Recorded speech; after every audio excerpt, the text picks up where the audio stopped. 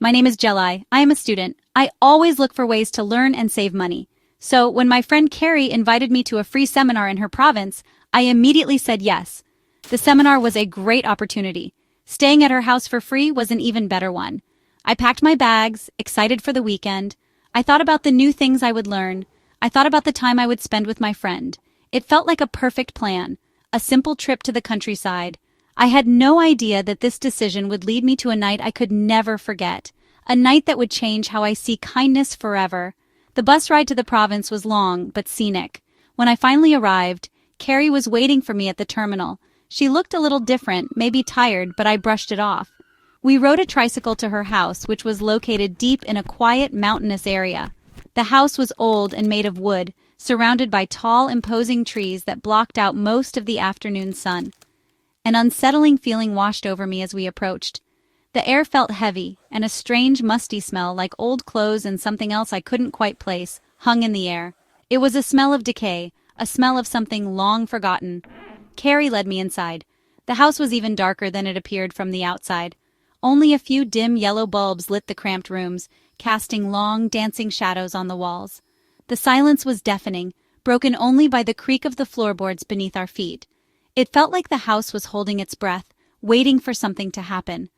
I tried to shake off the strange feeling, telling myself that this was just how old houses in the province were. I was a guest, and I needed to be polite. I forced a smile, trying to ignore the growing unease in the pit of my stomach. My friend showed me to my room. It was a small space with a single wooden bed and a tiny window that looked out into the dark woods. The air in the room was cold, colder than the rest of the house. I put my bag down and looked around. The walls were bare, except for some faint dark stains that looked like water damage. I could hear a faint scratching sound coming from somewhere inside the walls, a sound that made the hairs on my arms stand up. I wanted to ask Carrie about it, but she had already left the room, leaving me alone with the growing sense of dread. Later that evening, Carrie introduced me to her mother. She was a thin, frail-looking woman sitting in a rocking chair in the corner of the living room, a dark corner that the dim light couldn't quite reach.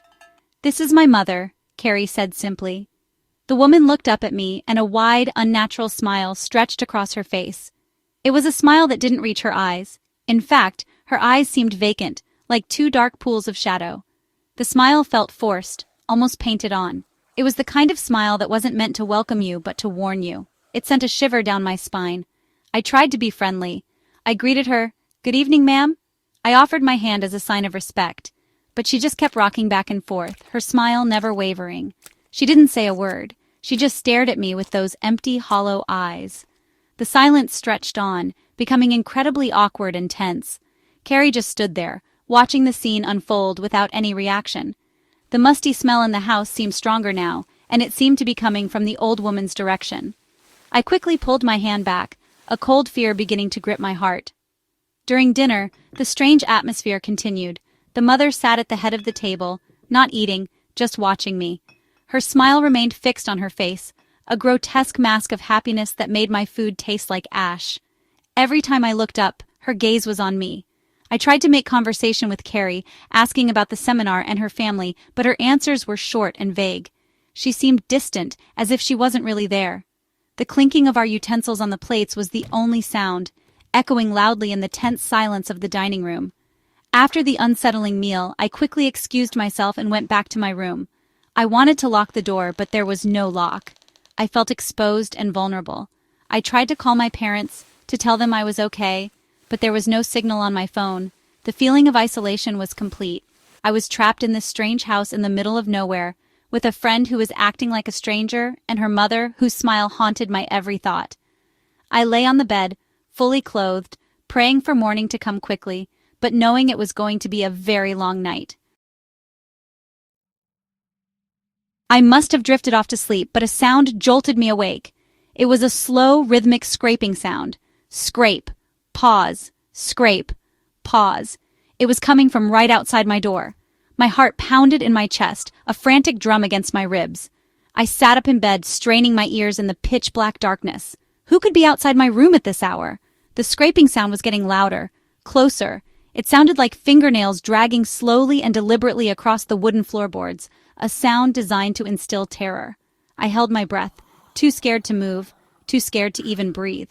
Slowly, the door to my room began to creak open. A thin sliver of faint, gloomy light from the hallway pierced the darkness. My eyes were wide with fear, fixed on the growing gap. A figure stood in the doorway, a silhouette against the dim light.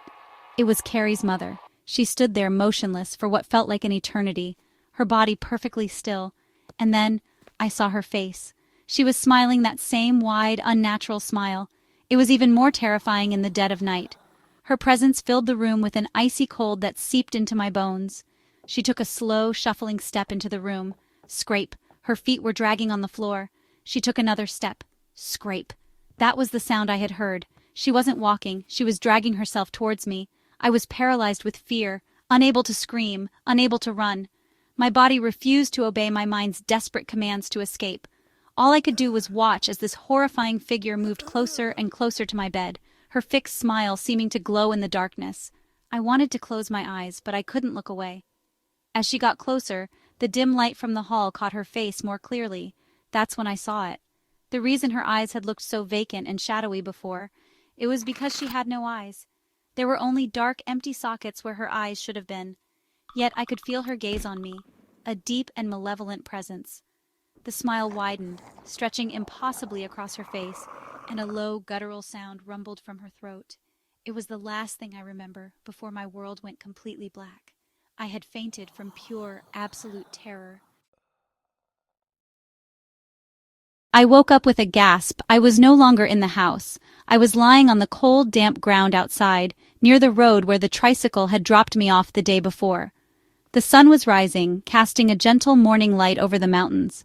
My bag was next to me. For a moment I thought it was all a nightmare, a terrible dream brought on by the strange house. But the chilling memory of the eyeless woman and her horrifying smile was too vivid, too real. Shaking with fear and confusion, I scrambled to my feet. How did I get outside? I had no memory of escaping. I looked back at the house. In the daylight, it looked even more dilapidated and forbidding. The windows were boarded up, and the wood was rotting and covered in vines. It was clear that no one had lived there for a very long time. It was an abandoned ruin. I called out Carrie's name, my voice trembling, but only the wind answered. I tried calling her phone again, and this time, I had a signal.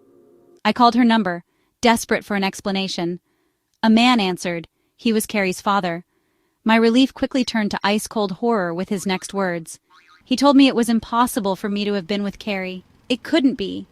Carrie and her mother had died. They passed away in a tragic accident more than a year ago. My blood ran cold. The person I had been with, the woman who served me dinner, they weren't my friend and her mother. The locals later told me stories about the old house. They said it was haunted. They spoke of a creature, a malevolent spirit that takes on the form of the previous owners. It lures unsuspecting travelers with promises of shelter and kindness, feeding on their fear before they mysteriously disappear. I was one of the lucky ones who somehow escaped. I don't know how I got out of that house, but I am forever grateful. That experience taught me a hard and terrifying lesson. Kindness is a beautiful thing, but it can sometimes be a mask for something much darker. We must always be careful, especially when accepting help from people we barely know. Sometimes the kindest offers come with hidden risks, and a welcoming smile can hide the most horrifying intentions waiting for you in the dead of night.